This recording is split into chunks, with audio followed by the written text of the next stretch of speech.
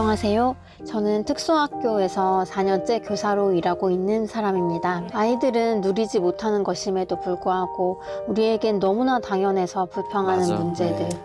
오히려 더 많이 감사하고 더 많이 행복해하는 아이들 모습에 늘 반성하게 됩니다. 그럼에도 불구하고 요즘은 왜 신체적인 장애를 주신 건지 궁금증이 들기 시작했습니다. 우리 아이들이 가지고 있는 신체적인 장애 왜 주시는 걸까요?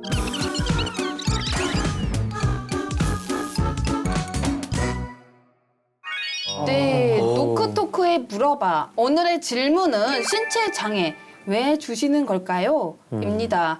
저도 음성 사연을 들으면서 많은 생각을 하게 됐는데요. 혹시 주변에 신체 장애를 가지고 계신 분들이 있으신가요? 군대에 있을 때 제가 해군의 연애사병으로 근무를 했었거든요. 네. 근데 보지 이름이 MC병이었어요. 그러니까 MC를 보고 MC, 다니는 네. 가수병, 마술병, 사물놀이병 이렇게 병들이 있었는데 네. 저희가 이제 한 시설에 가서 네. 몸이 불편하신 분들, 좀 마음이 힘드신 분들을 위해서 위문 공연을 한 적이 있었어요. 그때 보면서 막 춤을 추시고 막 즐거워하시는 모습을 보면서 네. 되게 가슴이 좀 뭉클하면서 따뜻했던 경험이 있었거든요. 그리고 주변에 또 개그를 하시는 분이신데 스탠딩 코미디를 하세요. 근데 네, 그분이 네, 네, 네. 본인이 신체를 가지고 오히려 이 사람들 앞에서 그걸 가지고 웃음으로 승화를 시키면서 듣는 청중들은 그걸 가지고 너무 재밌게 빵빵 터지시는 거예요. 그러니까 자기의 슬픔과 아픔을 바꾸시고 그다음에 대학원의 어떤 유명하신 그 장애인 올림픽에 나간 국가대표시고 네, 또 네, 성악가로도 활동하시는 분이신데 이분은 본인만의 스토리로 성악 노래 지금 이 순간을 딱 부르는데 이게 너무 와닿고 이게 뭉클한 거예요. 그러면서 저는 오히려 힘을 얻고 더 새 힘을 받는 것 같아요. 제가 그 우리나라 교육방송에서 그 별일 없이 산다라는 프로그램이 있었어요. 그게 장애와 비장애 사이에 여러 우리가 가지고 있는 오해들과 신화들을 이렇게 좀 풀어나가자라는 취지에서 함께 모여서 이런저런 얘기를 하게 되는데 제가 그 가운데 느낀 건 뭐냐면 장애와 비장애 사이에는 뭐 차별이 있는 게 아니라 차이가 있는 겁니다. 이런 얘기 하는데 차별이 없고 차이도 없고요. 오히려 그분들이 저보다 100번 낫더라고요. 저는 거기서 정말 많이 배웠고 네. 그리고 제가 하는 노력이 얼마나 미미한 것인가. 제가 덩치가 작지 않잖아요.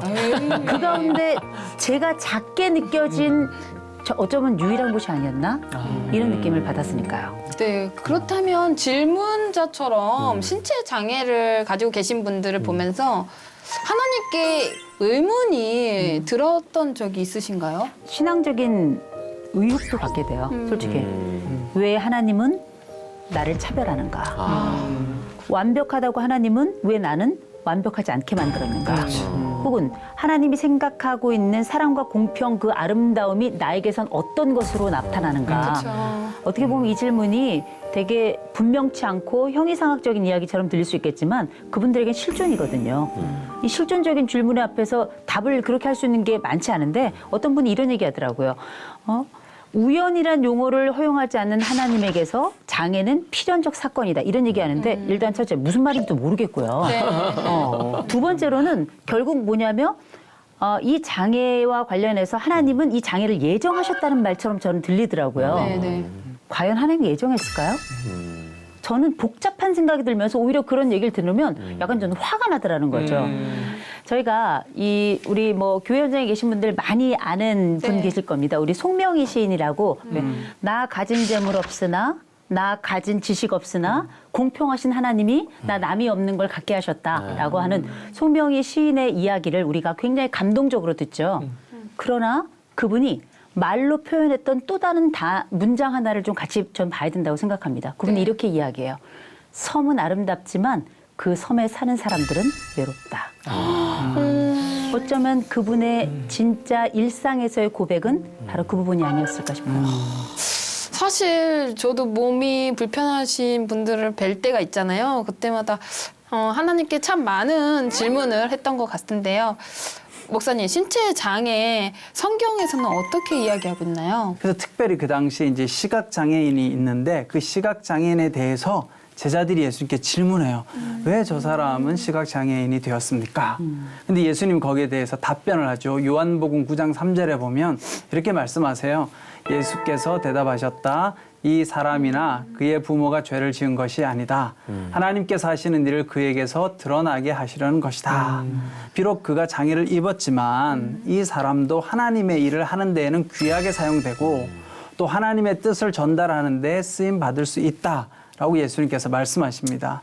그래서 사실 우리가 장애가 왜 일어났는지는 정확하게 알 수는 없어요. 예. 그리고 장애가 일어난 걸 가지고 왜 하나님 이 사람을 장애를 주셨습니까? 라고 묻는 것도 질문이 안 맞아요, 사실은.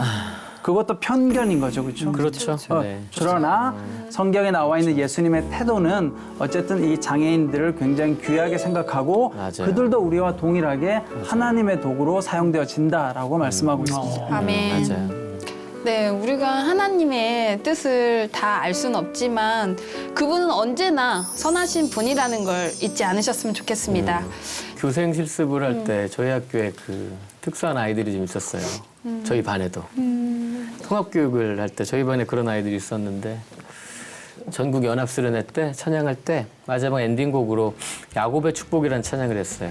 너는 담장 너머로 뻗은 서로 축복하는 시간이었어요. 그 제일 마지막에 제가 여러분 두 손을 가슴에 모으시라고 하고 이제는 나는 하나님의 사람, 나는 날 위해 기도하면 축복할 거 하면서 축복하며 찬양하자고 하고 마지막을 그렇게 부르는데 이분들이 나는 하나님의 사랑하면서 찬양하는데 제가 눈 감고 찬양하다 딱 봤는데 울고 계신 거예요.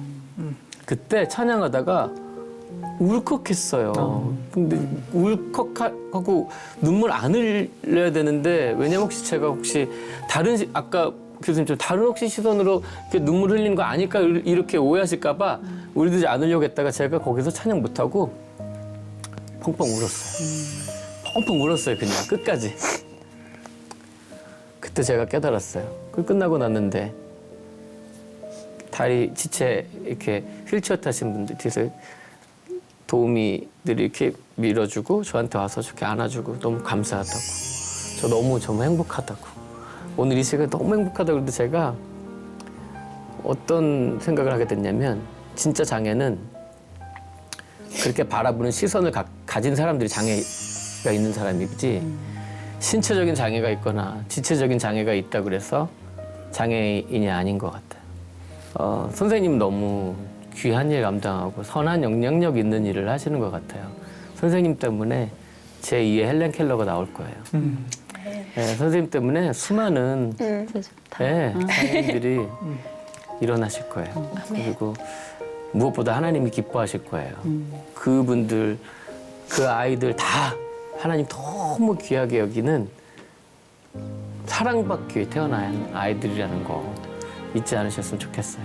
아멘. 요새 우리나라에 왜 아주 좋은 챌린지가 있잖아요. 네. 덕분에 챌린지라고. 아, 맞아요. 특수학교 선생님들이 얼마나 힘들고 또 그 일이 저는 사역보다 귀하다고 생각하거든요. 선생님들 덕분에 세상이 행복합니다. 행복합니다. 전능하신 하나님께서 너와 언제나 함께 하시니